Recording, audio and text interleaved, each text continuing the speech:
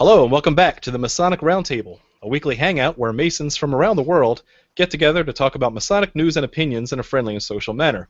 The thoughts and opinions expressed here are solely the opinions of the participants and do not represent any Grand Lodge statements or positions. Make sure you keep your conversations open for the public and on the level. To interact with us, send questions and comments to our Twitter page at Mason Roundtable or on the Facebook event page. As for introductions, my name is John Ruark, and I am a past master of the Patriot Lodge number 1957 in Fairfax, Virginia. And I'll hand it off to Juan Sepulveda for introductions. Hello, Juan Sepulveda here from Kissimmee, Florida, a member of Orange Blossom Lodge number 80, and the host of the Winding Stairs Freemasonry podcast. Thank you, Brother Juan. Robert Johnson. Hello, everybody. This is Brother Robert Johnson, the current Worshipful Master of Waukegan Lodge number 78 in spectacular Waukegan, Illinois, and the host of Whence Came You, Masonic podcast. Alrighty. Jason Richards. Hey everybody, Jason Richards, Junior Warden from Acacia Lodge, number 16 in good old Clifton, Virginia, and we need to mention that Whence Came You just celebrated its 200th episode, Oh, yeah. and it was awesome. So Robert Johnson, you're a rock star. Back to you, John. It's all your fault.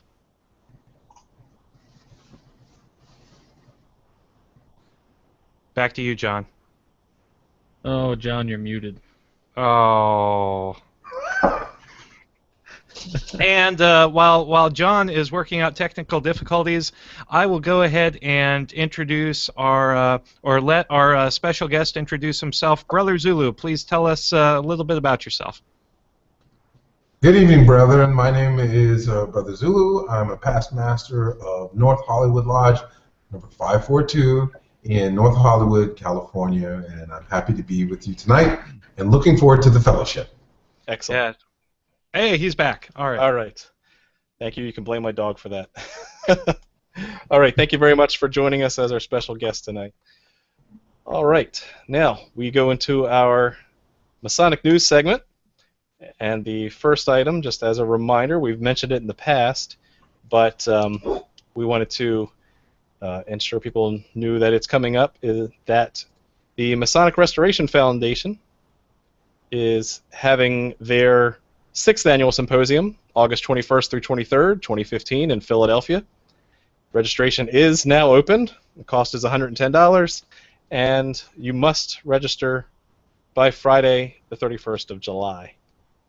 So if you want to go, it's on the East Coast, and Jason and I will try to be there.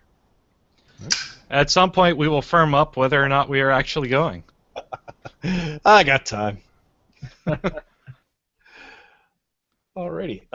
Another thing to follow up with, in last week's episode, we talked about the over $1 million that was stolen by a member of the fraternity and stole it from the Supreme Council 33, and it just was hot off the press. We didn't know what organization that really was a part of, and according to Reddit, was confirmed to be the Prince Hall Southern jurisdiction of the Ancient and Accepted Scottish Rite. So that's a huge impact to that fraternity, and that segment of the fraternity, and that's causing a lot of damage. I really haven't heard much about the legality of, what they're doing to chase that down. Have you guys heard anything? Only what was on Reddit. Because it's the front page of the interwebs, right?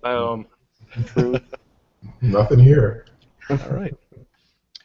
But following that, we do have a good news story. This was brought to us by Eric Christensen on our Facebook page. And he shares a link where a teen who is in the Scouts dedicated his Eagle Scout project to the Shriners Hospital. Ooh. And so why did he do that? He was actually a patient, and when he was born, he had Charge syndrome, a rare disorder that affects multiple organ systems. Went to the Shriners Hospitals, just really had a phenomenal amount of treatment there, and has decided to give back. So That's fantastic. there's a good news story. Very good news. How old is he, kid, right now? Looks like it says he's 16 currently as part of Wow. his Eagle Scout project. Like 2 more years, man. That's right. We got a petition for you. Yeah. Nick, where you at, buddy? Petition? I heard a petition. Hey, man. All right. So that's great to hear, and thanks for sharing the article, Brother Christensen. And the last one that I have for tonight, I'll let Jason mention it, since he found the link, and it's a GoFundMe project. Why don't you talk about it? All right, so it's the Masonic Americanism project, and there we go. John's throwing it up on the screen, and this is a good friend of mine, Brother Will Fowler, who's a Mason down in Huntsville, Alabama. His lodge has a group where they actually have tiny little constitutions and Declaration of Independences that or declarations of independence that they actually hand out to 5th grade students, which is the year in Alabama where they learn about American history, just so that they have the source material for how this country was founded and the principles upon which it was founded. So they've been doing this for several years, and what they're trying to do is they're trying to actually grow this nonprofit to the point where they want to give every single 5th grade student in Madison County, Alabama, one of these booklets, so that they've got a firm foundation of the ideals upon which America was founded. And it's just a great group of guys who are doing a really, really great cause and spreading education just everywhere they can. So we will post the link in the show notes, but please just give something to these guys, because they've been doing it for years by themselves, and now they need some help to expand it out. So we will post a link to the GoFundMe account in the show notes, or you could probably just search GoFundMe for the Masonic Americanism Project. All right. And that's what we've got for Masonic News this week. Actually, I think Juan had a quick update too. Oh, thank you, Juan. What do you have? Yeah. I had a little update regarding the people that were running that bogus Masonic Police Department. Oh, really? Yes, they were scheduled to. They were supposed to be arraigned and appear before the court, and apparently it was delayed. But I found some interesting things. Let me know if you can see this, the article. Yes. Oh, there we go. Yeah, this is a picture of one of the people allegedly involved in it. Apparently, the 3 people that were a part of this, they posted bail. Some accused of some misdemeanors of misrepresenting themselves as. Let me see if I can find the counts here. They face counts of felony of perjury and the unlawful use of state IDs.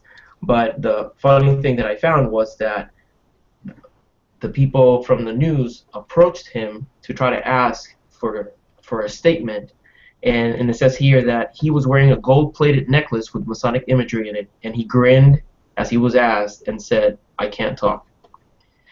So it seems to be very blatant, not treating it as a mistake. It's like, no, apparently he meant it. So Wow.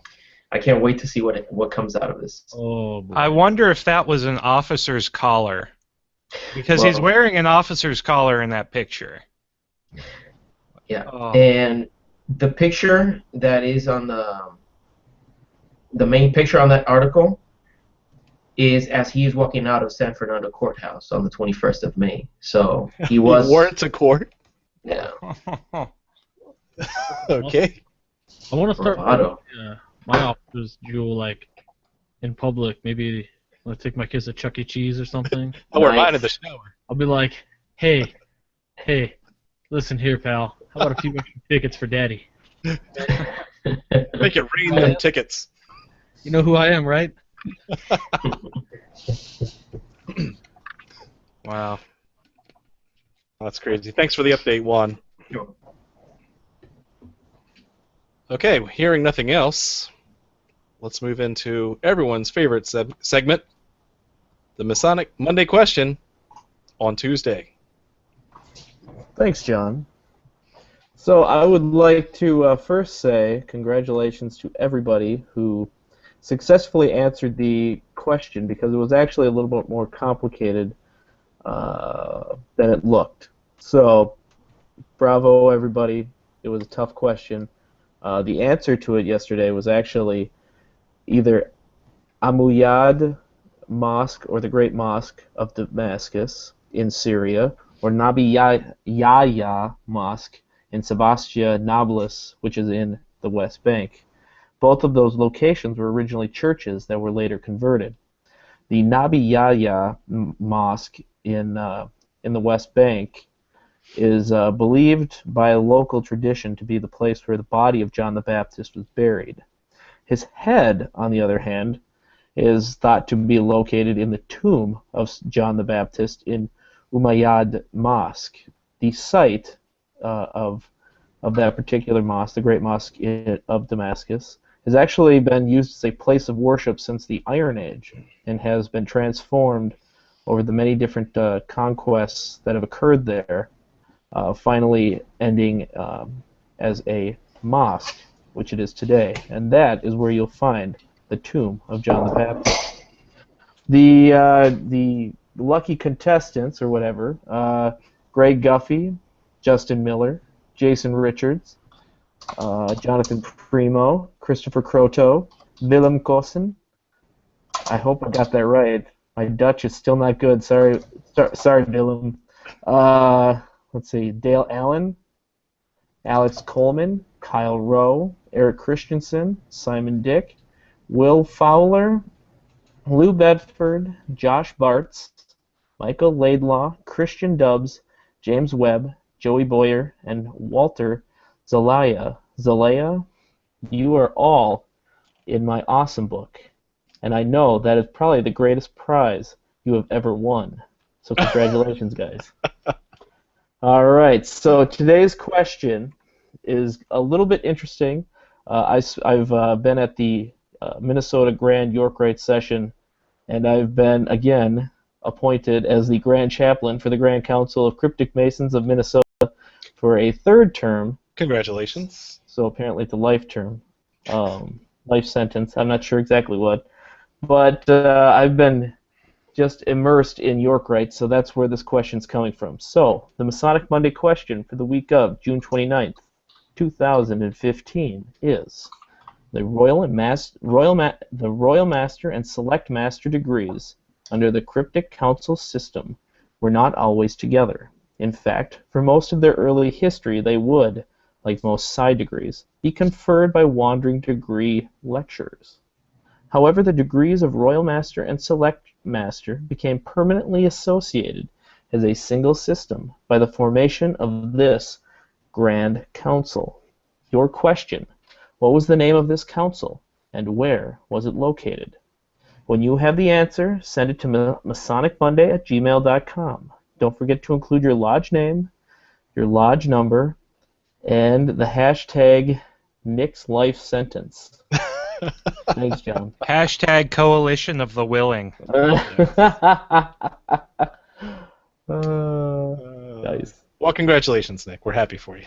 Oh, well, thank you. You do it so we don't have to. Pretty much. Pretty much. I'm a literal purple coat.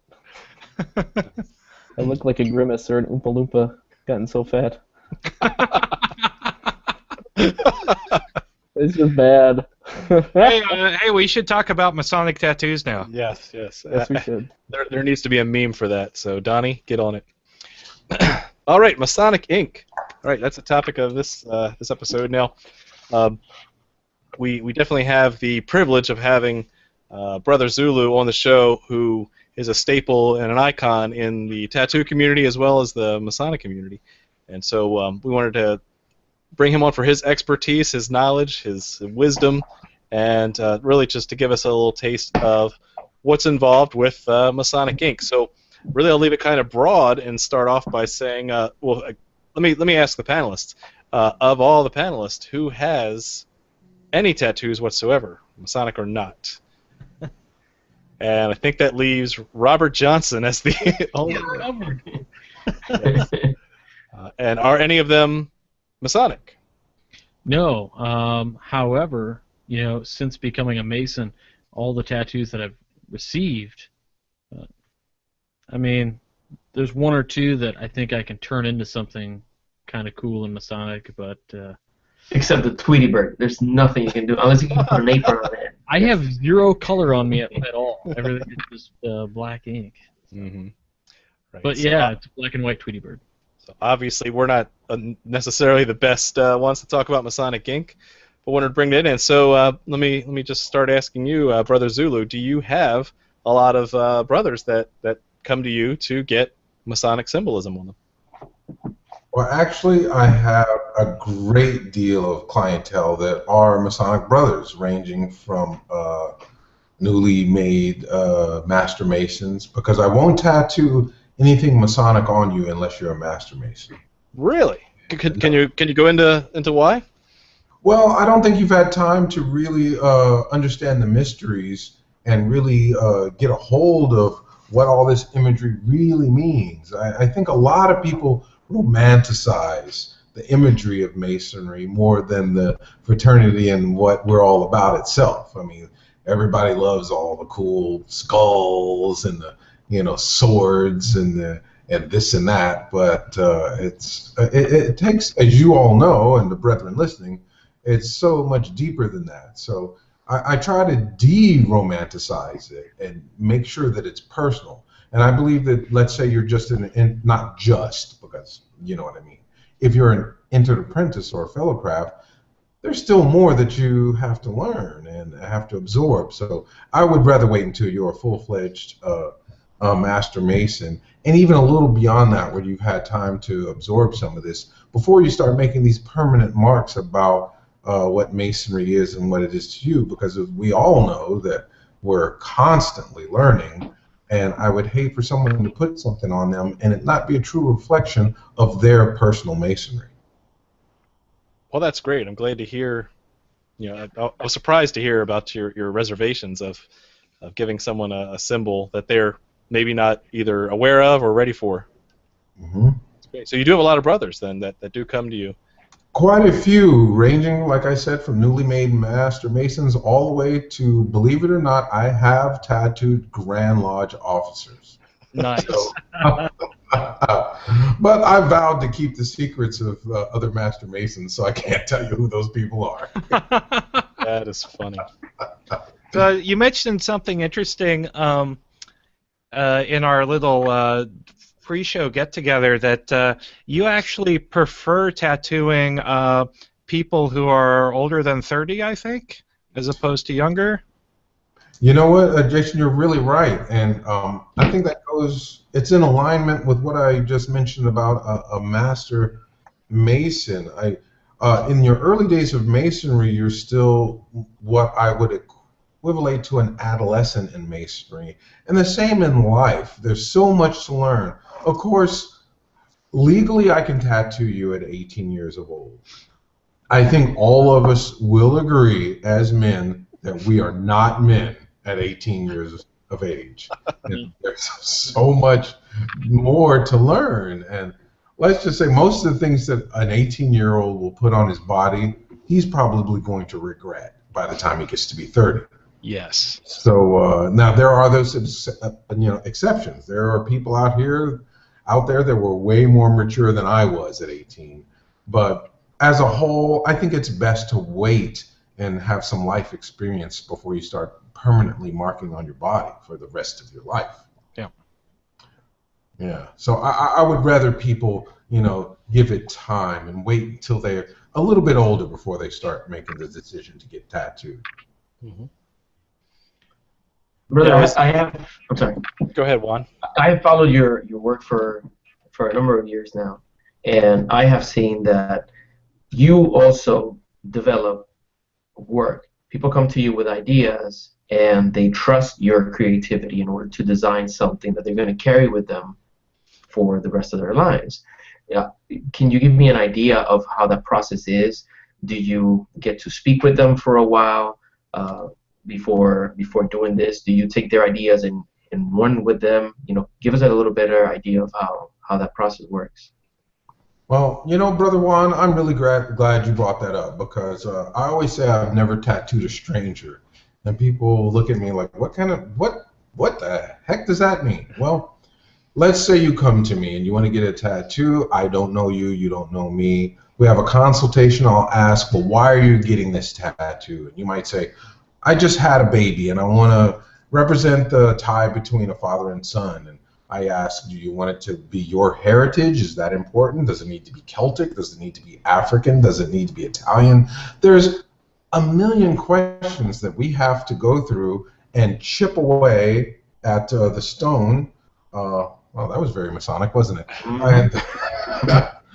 And find out exactly what it is you want.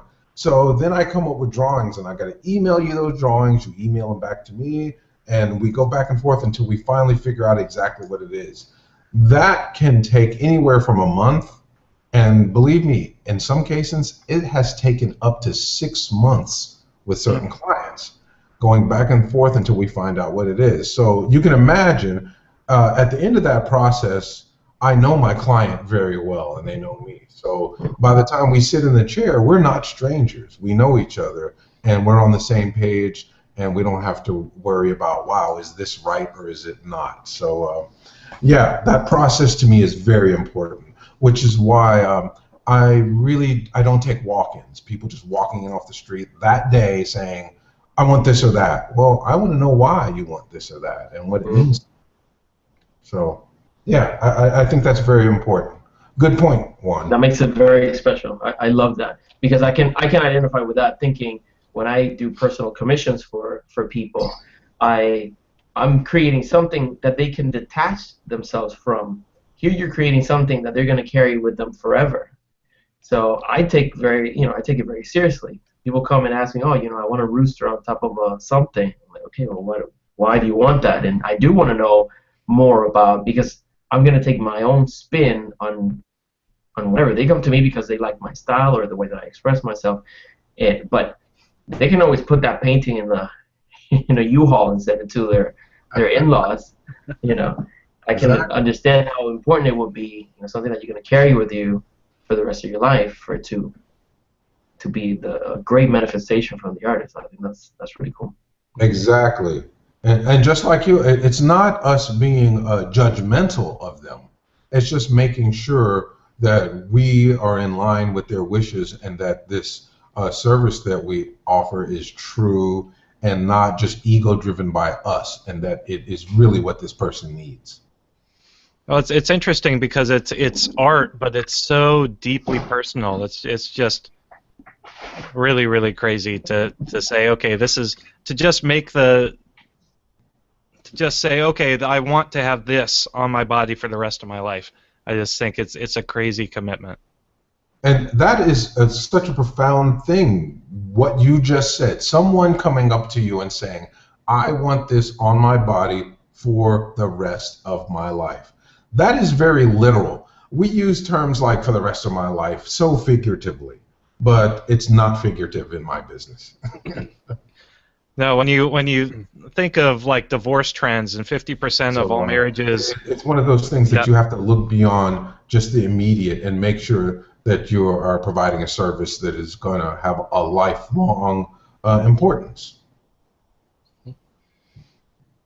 Robert, it looks like you got something on your mind. I was just thinking about how cool it was sitting down with Brother Zulu, because it was so long ago when I started the podcast, and I was reading an article in the California Freemason, and that's when I first saw his picture along with a couple other brothers, and it was just the coolest thing, dude, because up until that point, it really felt like, yeah, there's some younger guys coming into the craft and stuff and whatever else.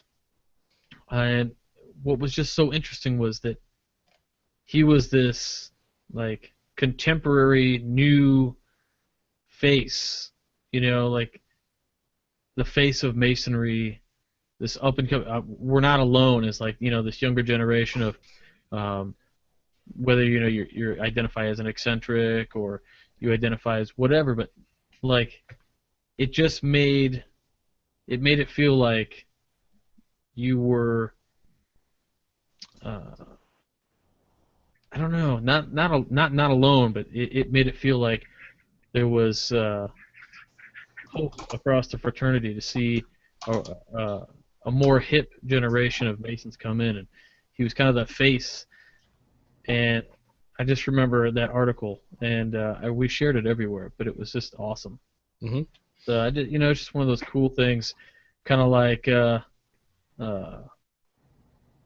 you get to meet somebody that you've watched in the fraternity for a long time. It's really cool. Mm-hmm.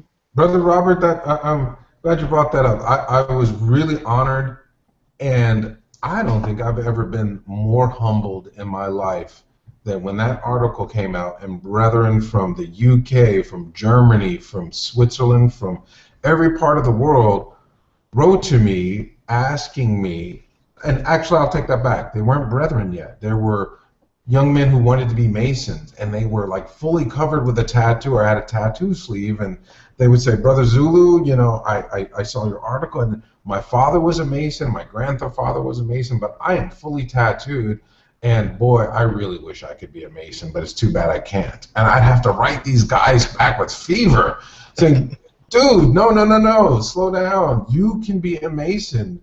Once again, as Brother John and I were talking earlier about, it's the external. I mean, not the external, sorry. It's the internal. Internal. It's the external. He looks crazy. Get him out of here. No. It's the internal. And these guys, I would talk to them, and then they would eventually, seek out a lodge, and they would join. Many of them are officers in their lodges now. It's just so wonderful to be able to be just a tool that can show people, hey, man, you can do this. If you're a good guy, all that doesn't make any difference. So that article was a big help in what they called the Millennial Mason. So I'm glad that the LA Times had the wherewithal to make that happen. Yeah. That is so important that you mentioned that, brother, because the brothers that listen to this program and watch us, the demographics are very varied. We have brothers that believe that when you go to lodge, you have to have a tails and tuxedo, and there are other brothers that think you can just go with whatever you had at work. And it's important for brothers to hear this. Here we have a brother who has dedicated great majority of his life to body art, and has been involved in our fraternity with a very, very committed attitude, to the point leading his lodge as the worshipful master and being of influence to brothers around the world. And he is tattooed. And for the people listening, Brother Zulu, you gotta go on the link so you can see his work, which is excellent. But Brother Zulu is tattooed. He can't hide it, right? And with everything I've seen about him, you can see the passion he has for the fraternity and the appreciation he has for the values that we share. Imagine if people were to have judged him because he had body art, we would have missed on an excellent brother. And I have been in initiations where the candidate, we get an opportunity to see whether this brother, how this brother's appearance is in part of our ceremonies, where you see brothers and you're able to see whether they have body art or not. And there's a good moment for brothers listening to think twice and give that brother an opportunity. If he was found worthy and well qualified to be walking within your lodge, then you need to not be judgmental and spend time knowing the inner core of that brother. So well said. Well said. Worthy and well qualified from the internal qualifications aspect. That's right. So right on. And I do like that, Brother Juan, that you brought up with our initiations to provide us that and it makes me happy to say that this fraternity really walks the walk and it's not talk, because there's a lot of situations out in the world where I've been rejected because of my external appearance, but that did not happen in Freemasonry. These brothers got to know me. They took me in as if I was one of their own, and it really didn't make a difference that I was tattooed. They wanted to know who I was, what I was about, and tattooing was the last question they asked. So it makes me even more proud to be a Mason, that we really do live, we practice what we preach. And I'm very happy to be able to say that. That's good to hear, right? Yeah, it really Excellent. is. Hey, so I have a question. We talked about really only Robert has any ink currently on him. I know that I actually do want a tattoo in the future, and I definitely want my first one to be a Masonic tattoo. For those like myself, maybe Jason Richards, if I drag him along, is there any advice that you would give a newbie, a tattoo virgin, not only of what to expect or anything like that, but also specifically for this show, anything you'd recommend for those trying to pick out a Masonic symbol or a Masonic tattoo? What would you recommend for a brother that's ready to go? Well, the first thing I would tell people to consider is we do live in the real world. Consider your occupation. If you're a heart surgeon, don't get a square and compass on your face. Okay, that's probably not going to go over very well. So consider that, and let's say you decide, well, I want something on my arm where I can seal it or I can show it whenever I want. I would just, it really boils down to contacting your tattooist, whether it's me or someone else, and having that consultation that I spoke of. Some people really like an outward, obvious Masonic symbol, such as the square and compass. It reads Masonry, boom, everybody knows it. But then there are others who want a more esoteric design. Some guys just want an acacia leaf on their arm or something of that. So once again, it should be very personal. So contact the tattooist and make it yours. It's not something that has to be generic. Sit down and really think about what it is that means something to you and no one else. Just make sure it's very personal. Mm. Great. And come to Zulu Tattoo. There you go. Yes, that's the plug we were looking for. Yeah. No shame. All right, Nick, you got anything?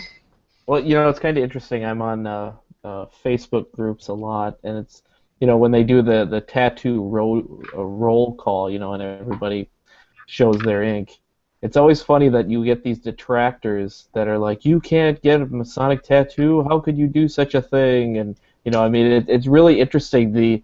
It's almost like this strange, perverse sense of how could the same person who's wearing a ring is now, going insane over the fact that somebody has gotten a Masonic tattoo. And do you experience that a lot? Well, that's what we talked about a little bit in the green room too. Is I've heard it said, where especially from the Prince Hall Brethren, that you can't show that. That's violating your obligations. What would you say to that? Well, it boils down to the oaths we took. That's what we're talking about. Now, we avowed not to disclose any of the secrets of Freemasonry, did we not? I think everyone would agree. Correct. Now, a square and let's say your family is invited to the installation of the new master. In that lodge room, there's square and compasses everywhere. There's a Jachin and Boaz pillar. I could go on. There's so many bits of imagery that are everywhere. And actually, when the master is installed, he's explained so many things that the public is watching. They hold up all of the working tools, the charter, so much. These things are done in public view. They are not secrets. So if you get these things tattooed, you are not violating your obligation. Otherwise, you could say the lodge was violating their obligation by doing these things at a public installation. Now, of course, we're not going to go around tattooing passwords and all this kind of things and illustrating grips. Now, that would be a violation. With all the degrees I've got through, I really wish we could. Generic symbols. then you're not in violation of your oath. Let's make it known that I wouldn't say that I agree with putting a square and compass on you is out of being a good brother or violating anything. I think you guys would probably agree with that. yeah, I think Nick said he's got so many appendant bodies he's part of. There isn't enough canvas on his flesh. Honestly, I'd look like Aaron Rodgers, with the plays right here. I'd be like, oh, that's the one. That's the one. Okay, I got it now, guys. Yeah. But that's funny. I've heard of brothers that do want sleeves that cover symbolism of not just the 3 degrees, but all the other pendant bodies that they've joined into. So, I think that's something that I mean, geez, that thing can keep writing itself, right? The longer you go, as long as you have more blank space, you can and more dollars to join pendant bodies, you could keep adding that to your sleeve. It's like TMR show topics. They just multiply. They just keep going. Yeah, well, you gotta. It reminds me of the Dan Brown's book. What is it? The lost key, is it? Lost symbol, or the lost symbol. Yeah, where the man is tattooing his entire body. For those of you who are Masons who haven't read it, come on, man. What are you waiting for? Yeah, what's up? And so let me ask another question for you, Brother Zulu. This tattooing of Masonic symbols, that's a brand new thing for the craft, right? I mean, that's just something just in the past couple of years, right? Well, you know what? I'm glad you brought that up, Brother John, because a lot of people think it's brand new. Maybe in our social networks it's new in this day and age, but actually, tattooing and Masonic tattooing goes back a lot farther than we think. There are records that go so far back of a fellow that washed up on a shore. We're not exactly sure how he died, and correct me if I'm wrong, but he washed up on the shore and he had a lot of Masonic tattoos on him, and that's the way they knew he was a Mason. And this wasn't just 10, 20 years ago. This was quite some time ago. So marking yourself with a Masonic emblems is very, very ancient. Just like the craft is ancient. So I wouldn't doubt if you go far as back to King Solomon's temple. We're talking about ancient people and ancient rituals, and part of that was marking the human body. So this isn't a new thing. This isn't new Masons doing crazy stuff. This is just part of human nature and one of the most ancient rituals that we know, just like dance, music, marking the body, food. It's just a human thing that we do to associate ourselves with our gods, with our various cultures, subcultures, humans, brothers, sisters. It's a human thing that we've always done. Mm-hmm. So I do have a question. In the green room, we were talking about the fact that we are fortunate to live in a country where Freemasonry can be publicly pronounced. We can talk about the fact that we belong to this fraternity, and we might have a few people have questions about it or what have you, but we are free to do it. However, there are countries in which Masons would be prosecuted, and even if they're going through a relatively peaceful period in their history of their country, the volatility of their country perhaps is not conducive to someone marking themselves permanently with a symbol that could get them killed or get them in trouble. So for the brothers that are out there who are considering marking themselves, this is something that you have to take into consideration. Is this marking going to be something that not just reminds you of these lessons, but could it jeopardize your livelihood? Could it jeopardize your safety and your security? Perhaps not in America, but we have listeners from many different countries. It's something to be prudent about it and think carefully as to whether to do it or not. Mm-hmm. So, well, you think we should go to social media? Yeah, let's do that. Jason? What are they saying on Facebook and social media? Okay, I have to start out with our good friend and brother Gerald Brown, who said, you know what you should get? You should get a permanent Masonic ring finger tattoo, or a Masonic ring tattoo on your ring finger. Points out. Oh no. And we won't comment on the points in or points out, but Oh, kudos to you, sir. And this is actually a good question for Brother Zulu from Simon Dick, who is actually has been elected to receive the degrees, and he's waiting to receive his entered apprentice degree. And he's asking if there are any states or jurisdictions that we know of that specifically ban Masonic tattoos. no, brethren, I'm not sure that there are any states or jurisdictions that actually ban Masonic tattoos.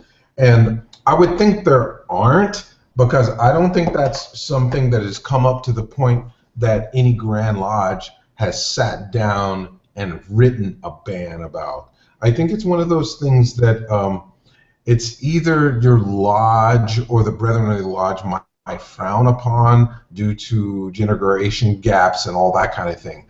But I doubt very seriously that there are actual Masonic bans against tattooing. I mean, that wouldn't even make any sense to me. Yeah. I mean, what would be the cause of that? How would that even benefit what we stand for? Yeah, it doesn't make sense, and in some ways, I'm really glad that it hasn't reached to the point where a Grand Lodge says, "Oh, we can't have this." No. Yep. Hey, Yeah. I did want to share the the poll that we did have open on our Facebook page, trying out a new poll feature, and the question was, do you have a Masonic tattoo? Yes, no, or not yet? And I found it to be Look at that. fascinating. It's kind of an even split. There's about 66 not yet, 62 yes, and 54 no. Mm-hmm. So a lot that either do have it or want to have it in the future. You know what that means, right? 66 people said not yet. So, Brother Zulu, you better clear your schedule. Wow. Yeah. Not a lot of vacation time coming up. That's funny. What else have we got, Jason? So let's see. Scott Sherman actually said he finds it interesting, even though Jews have been strictly forbidden to have tattoos for centuries. He's never really considered it. And then there was a gentleman, Paul Leba, who said he's a Master Mason and Jewish, and he knows many Jews who have tattoos, and he has one as well. So it's interesting looking at some of the religious contexts. Mm-hmm. Funny you bring that up, Brother Jason. There is a great majority of my clientele that are Jewish that get tattooed, and they get some pretty cool stuff, especially the Kabbalic symbolism they get into and all the ancient Judaic mysticism and magic, and it's a rabbit hole of imagery. Nice. As we know that so much of it even pops up into our fraternity. So as far as the Judaic bans, which we all know is, of course, leading to not being able to be buried in a Jewish cemetery, I've read some studies that is not exactly law. It's just actually very frowned upon. Of course, particularly due to the generation that unfortunately had to endure the Holocaust, which unfortunately had to do with tattooing numbers on these people. So, but I've tattooed so many Jewish people that it's I can't even count, and I have actually lots of Judaic tattoos on me. So it's all a matter of personal preference and beliefs. So, and as far as social media is concerned, we've had a lot of brethren actually comment with their own tattoos on the page, which has been really, really cool. I'm going to let you talk, and I'm just going to keep scrolling some Yep. for those on the YouTube. So, Brother Adam Thayer, who is one of my cohorts at the Midnight Freemasons, he said he's been holding back on a Scottish Rite one until he hits his 33rd, or if he hits his 33rd. Oh wow! So, well, he said if Planning ahead. Okay. planning ahead. It's like, no, dude, all power to you, bro. That's awesome. Woo. Good Hey. luck. Couldn't And, he just like third- turn the 2 into a 3? I mean, it'd be like Johnny Depp and I Love Wino or whatever it was. I know or- forever. Yeah, Yeah. Wino forever. I mean, seriously, Hey, Adam also says he doesn't have KT yet because he hasn't gone through all the degrees there. Okay. Hey, yeah, if you hit 33rd, I think you're entitled to get some kind of tattoo, right? Yes. Mm. It's like it should be a clock for all of the time that you do not have because you're so busy with masonry. Exactly. So yeah, even on I've noticed on Facebook there's a page called Masonic Ink. And, there's actually a website, Masonic Ink. I believe it's MasonicInk.com. Absolutely. It's an old forum-based site. I know that I was able to get an account and log in. Maybe I'll try to bring it up as we're doing this. But just, user-submitted ink, and it's all Masonic, and gave me a lot of inspiration of what I wanted to get someday. It's amazing. I've seen a lot of absolutely wonderful, proud brethren on there display works of art that. And here's the thing: they've earned those. It's not something that they just slap on. Like, I could never ride a motorcycle in my life and go out and get a Harley Davidson tattoo because it looks cool.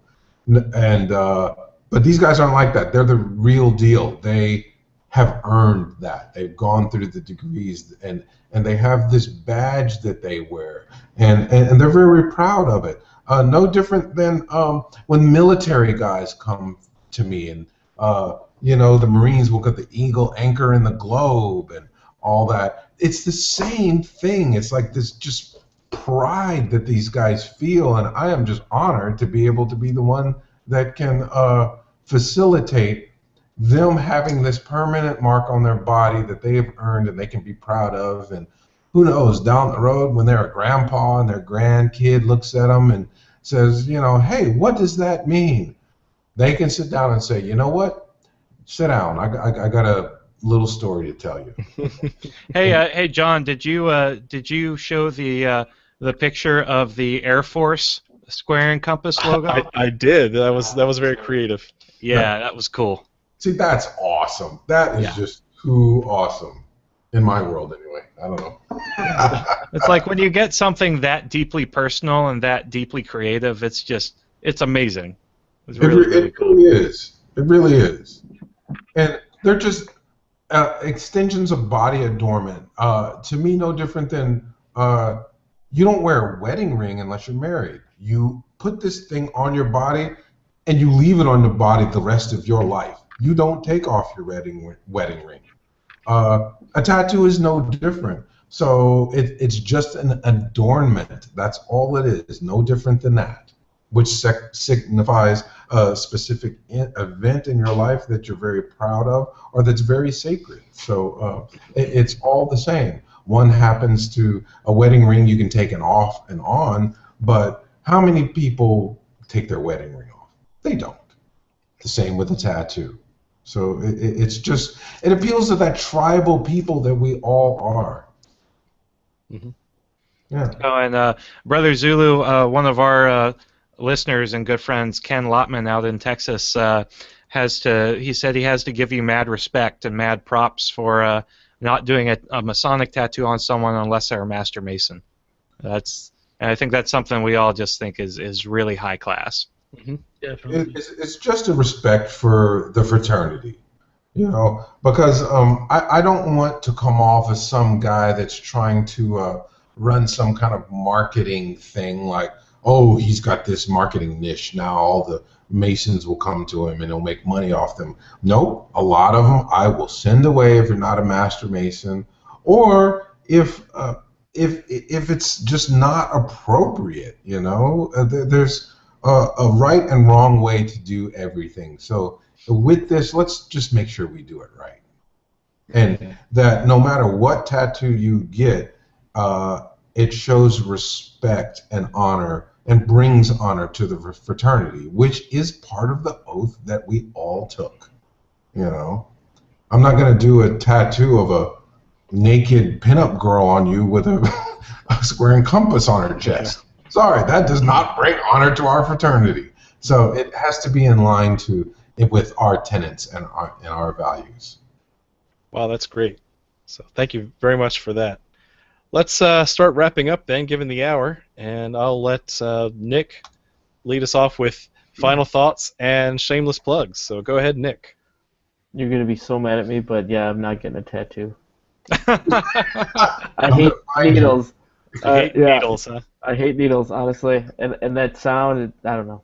But you know what? I totally get it. I love seeing the different art that all these guys put on. It's pretty amazing. I mean, and it's a permanent reminder of being a Master Mason. I mean, every time you look in the mirror, you can see it. I was interested in that one that we saw on the stream that was George Washington. I was thinking about what George would think if he saw that picture of himself on somebody's shoulder. You know, I don't know if you know. He'd probably be like, "That looks nothing like me." You know, and so I thought that was pretty cool. But no, I think the only thing I have to ask is, Brother Zulu, will you be back in Minneapolis anytime soon? You know, I'm sure I'm crazy as I am, I tend to go out there in the winter. I know that's nuts. But I live in Texas and I never see snow, so I'll probably be back there come the holidays. Nice. So I might have to look you up. Excellent. That sounds great. And tattoo you. Oh. While you're here's another sleeping. here's another fifth of bourbon. Just keep you'll be fine. You can handle it. Exactly. That's all I Nick, got. do you have any surgeries coming up that we could knock you out for? And You know, I got this tooth that's really aching me. I think they got to do an extraction or something. I don't know. like colonoscopy or something? Well, if I'm gonna get the pain, I might as well get it all at once. Yes. This is going really bad very quickly. That's what I'm here for. All right. And you have a blog to talk about it. Oh, I do. MillennialFreemason.com. I do have some original content because I get to describe all of what we've been doing this summer. My commandery, my council, everybody, all this stuff. We're doing some crazy things and crazy events, and it's been nuts. I don't even know where I am right now. I think I'm on Mars. Well, wear your purple coat proud. Yeah. Well, I had a little bit of a button malfunction, so I get to sew new buttons on that thing. Apparently, I've gotten rounder than I thought. So. Did you knock somebody out when the button popped off and you sat down? When I sat down, I heard bing. No, it's the old Wild West. Yeah, it was, and I just looked around. Luckily I caught it underneath the table, so I was like, that was close. Oh, that actually really did happen to me in a degree once. So. Nice. Well, they did bring back a new Hamburglar. I think it's time for a new Grimace. So yes. Thank you, Nick, for everything that you do. All right, Robert Johnson, over to you. I just want to say I was really quiet in this episode because I was kind of like fanboy. Really cool. For real. So awesome to. I mean, I know we're not in the same room. Virtual fellowship here, and it's just really cool to hang out with you and hear your thoughts on tattoos and masonry. And you're just as you can read a book about somebody, you meet them, and you're like, man, that guy was not cool. You know what? You were just as cool as I thought you'd be. You lived up to it every bit of it. So thank you so much for coming on. I did want to mention Brother Joseph James released a Indiegogo page. If you donate money to the Freemason 2 project, you could be in the movie. Nice. You get lines. It's going to be pretty sweet. If you check out his page, you can check out the perks. The perks are really, really interesting. Stuff I've never seen before in perks for different projects. So check that out. And I think that's it. I hope you guys all have an amazing 4th of July. And that's it, guys. Thanks for watching this show, and thanks for listening to Whence Came You. We had the 200 episodes. Oh, and by the way, Friday, Midnight Freemasons Post comes out at 5 a.m. It's going to be historic. So I want you all to hop on the Midnight Freemasons at 5 a.m. Central Time, 7 a.m. Central Time, and get your read on, because it's Should I show a teaser, or should we just let it go? Let them wait. Okay. Let them Let 'em wait. wait. It's going to be big, guys. You'll all love it. It is very professionally written, and I'm very excited because this is your only spoiler. Brother Jason Richards and Brother John Ruark wrote this piece, and it is fantastic. Thank you, Robert. It's pretty sweet and pretty controversial, so it'll be good. Let's wait until Friday. Yep. Thank you, Robert, and congrats on 200 episodes. Thank you. So for anybody listening to the podcast, like weeks and years ahead, just go find the back issues of Midnight Freemasons and look for the one that came out on the 2nd of July 2015. There you go. July 3rd, yep. All right. Oh, July 3rd. Math. Yeah. All right, Juan Sepulveda. His handsomer brother. Well, this was fun. I really appreciated very much, Brother Zulu, taking the time to join us. It was definitely a pleasure. And who better to speak about this than you? So I'm glad that we had that privilege to sit down and chat for a little bit about it. I think I'm losing my voice a little bit. And for the brothers that are listening, you've seen the different topics that we discuss here at the Masonic Roundtable. If for whatever reason your Masonic education in your lodge has been not very exciting, or if it has been neglected, this is a good place for you to find different topics to bring back to your lodge. Perhaps you can listen to what we talk about, follow up on the links that we share in our show notes that you can find at theMasonicRoundtable.com, and bring those to your lodge and start a conversation. I've had a number of brothers asking me, brother, I feel stuck because all we talk is about ritual practice and the business of the lodge, but the esoterics have been neglected. Well, this is a way in which you can find something to discuss further within your lodge. And, here you come armed with different tools. And this was meant to be a conversation starter. We give you something, and then you take it and run and make it part of your Masonic education. So I hope that you take that to heart and make us part of your Masonic education, not just here on YouTube and the podcast, but also in your relative districts. As you know, I have a Masonic podcast called The Winding Stairs, and you have seen a little bit of a lull.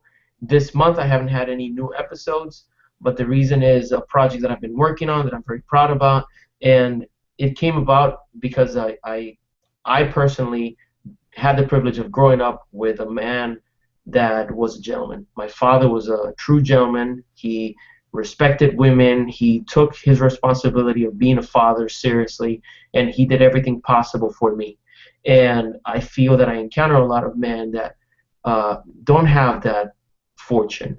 And we've seen a lot of the values that we appreciate from a gentleman fading away. So I came up with the Gentleman's Brotherhood. The Gentleman'sBrotherhood.com is a new project. It's in its infancy, but it's gaining speed, and it's going to be something very big. So who better than Masons to be a part of it, but this is open for everybody. So I won't tell you anything else about it. Just go to the Gentleman'sBrotherhood.com and join me in this effort to have courage and be courteous. All right. Thanks, Juan, and good luck on the new endeavor. That sounds awesome. Thank you, brother. Okay, Jason Richards. Hey, everybody. Thanks so much for tuning in and watching the show tonight.